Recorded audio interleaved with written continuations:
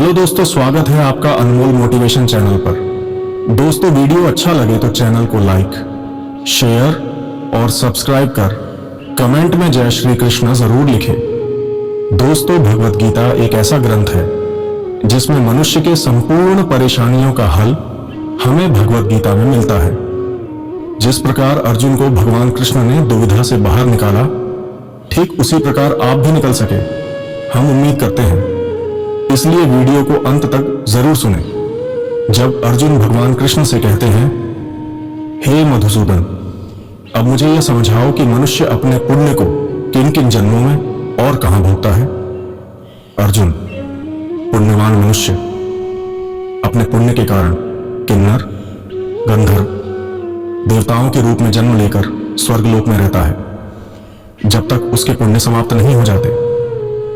इसका मतलब यह है कि मनुष्य जितने पुण्य कर्म करता है, उतने समय तक उसे स्वर्ग में सुख प्राप्त होता है। जब पुण्य के फल की अवधि समाप्त हो जाती है, तो उसे फिर पृथ्वी लोक में वापस आना पड़ता है और मृत्यु के बाद पुनः जन्म लेना पड़ता है। स्वर्ग में पुण्य समाप्त क्यों हो जाते हैं?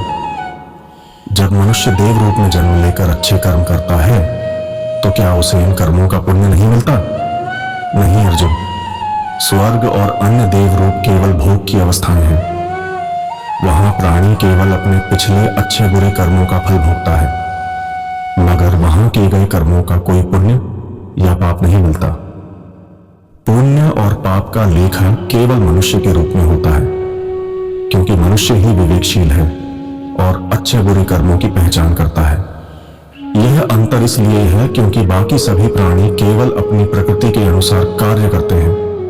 उदाहरण के लिए, यदि सांप किसी व्यक्ति को बिना कारण काट ले और वह मर जाए, तो सांप को पाप नहीं लगता, क्योंकि यह उसकी स्वाभाविक क्रिया है। इसी तरह शेर भी अपनी आवश्यकता के अनुसार दूसरे प्राणियों का वध करता है, तो वह पापी नहीं होता। लेकिन अगर कोई मनुष्य जानबूझकर किसी की हत्या करता है, तो उसे पाप मिलता है, क्योंकि वह विवेकशील प्राणी है और जानता है कि क्या सही है और क्या गलत। जब अर्जुन ने पूछा, क्या कोई ऐसा स्थान है जहां से लौटकर न आना पड़े और जन्म मृत्यु के चक्र से मुक्ति मिल जाए? हाँ अर्जुन, ऐसा स्थान है। वह है परम धाम, यानी मेरा धाम। यहां पहुंचने के बाद किसी को भी फिर से जन्म नहीं लेना पड़ता। यही मोक्ष है। ध्यान योग, जो कि जीवन के सुख और दुख के बीच संतुलन बनाए रखने का एक तरीका है। यह जीवन में सुख देने वाला है, लेकिन यह भौतिक सुखों से परे है। यह आत्मिक सुख यानी परमानंद की प्राप्ति का मार्ग है। मनुष्य को यह सुख इसलिए दिया गया है कि वह आनंद से जीवन जी सके, लेकिन साथ ही उसे इस आनंद में मोक्ष का लक्ष्य नहीं भूलना चाहिए। अगर कोई व्यक्ति ध्यान योग के जरिए मुझ में लीन होना चाहता है, तो उसे इस भौतिक सुखों में उलझे बिना आत्मा की शुद्धि की ओर बढ़ना होगा। ध्यान लगाने के लिए मनुष्य को अपनी इंद्रियों को नियंत्रित करना और अपने मन को एकाग्र करना आवश्यक है। ध्यान लगाते वक्त मनुष्य को एकांत स्थान पर बैठकर अपनी पीठ, सिर और गले को सीधा रखना चाहिए और अपनी दृष्टि को नाक के नीचे वाले भाग पर स्थिर करना चाहिए, ताकि वह अपनी इंद्रियों से संसार के प्रभाव को हटा सके। ध्यान का उद्देश्य परमात्मा से संपर्क करना है, लेकिन ध्यान के पहले चरण में आत्मा की शुद्धि जरूरी है। जब तक आत्मा शुद्ध नहीं होती, तब तक व्यक्ति परमात्मा से संपर्क नहीं कर सकता। ध्यान का दूसरा महत्वपूर्ण पहलू यह है कि जिस स्थान पर ध्यान किया जा रहा हो, वह स्थान भी पवित्र होना चाहिए। ध्यान का एक अन्य महत्वपूर्ण पहलू है श्रद्धा। अगर किसी व्यक्ति में श्रद्धा नहीं है, तो वह जीवन में सही मार्ग पर नहीं चल सकता।